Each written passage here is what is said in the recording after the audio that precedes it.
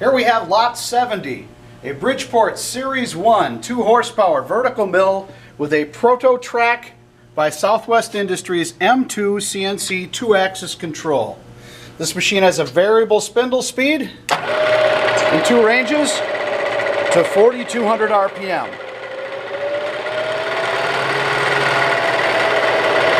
It also has power quill feed, 5 inches. Ready? I'll feed the power quill.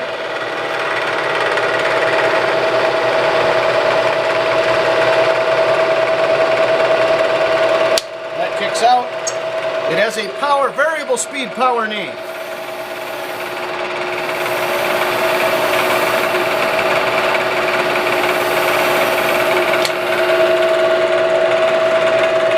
I'm not a programmer, but I can make it move.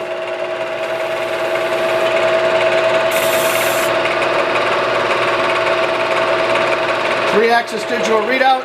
Readout works on the quill, and on X, and Y. There we go. We got the manuals and the discs.